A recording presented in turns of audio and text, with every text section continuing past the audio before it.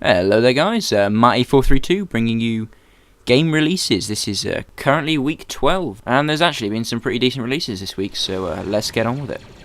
Here we are, LEGO Star Wars 3, released on the 25th of March. This is about the 400th copy of the same game they've tried to flog us now, and in my mind at least, they're all fairly linear, fairly the same, and well, quite boring if I'm honest. The only real changes they've made is slightly updating the graphics of the game. The LEGO characters are now slightly crisper, and the backgrounds are more sort of nice and clean rather than actually made of LEGO. After finishing with the sort of original series, they're now taking on the animated Clone Wars spin-off from the decent films. That's basically what this game's about, so apart from a few new tricks, nothing really to look out for, so unless you are too and are a dedicated LEGO Star Wars fan, probably not a game to add to the collection here. Next up we have more from the Bare-Faced Assassin. This is of course the continuation of Assassin's Creed Brotherhood through the new DLC that Ubisoft have brought out.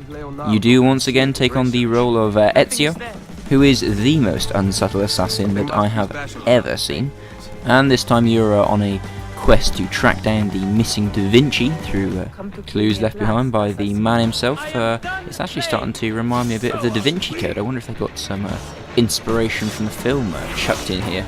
I hope they haven't. It was a pretty shit movie, and if they did, it's almost bound to be a shit game. But truth be told, it's a very cynical outlook, and it actually does not look that bad of a game. So and they haven't really done many tweaks either. It's pretty much the original game.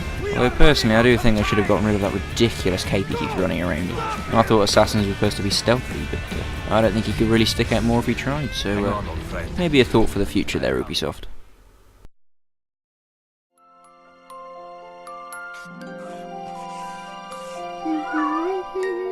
My Swarmites are my most favoritist thing in the world.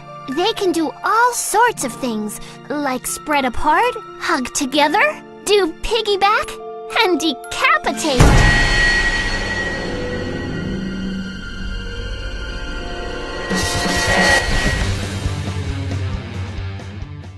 Bringing you on to my second best game of the week.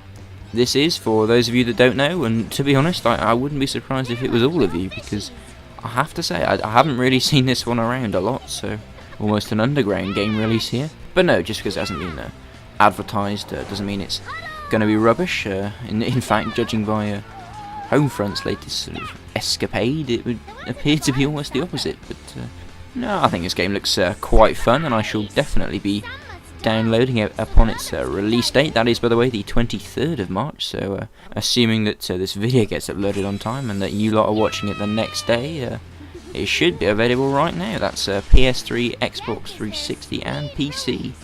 And I'm pretty sure it's downloadable from the Xbox Live Marketplace. PS3 I'm not really sure about, I haven't played it for yoinks, but no, it's basically it looks like a platform sort of game.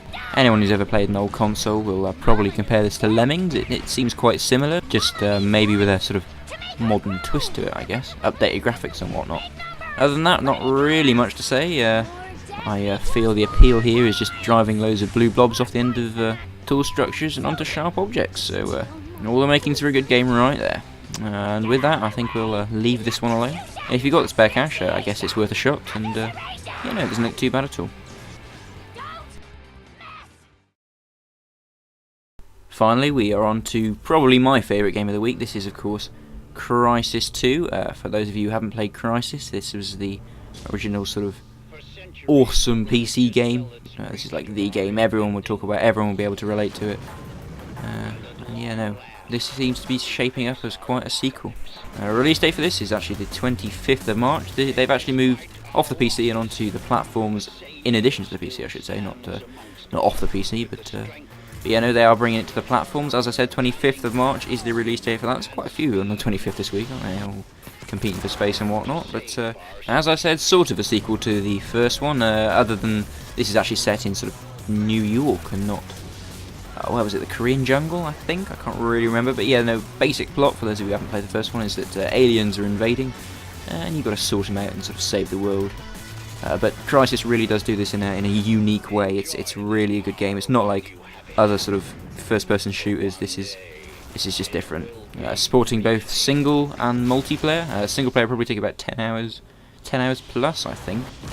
I'm actually just about to go and polish off the solo campaign, so with that I will leave you, and definitely want to head down to Game Station and grab this one quick. With that said, I've been Matty432, and thank you for watching. Achieved with CryEngine 3.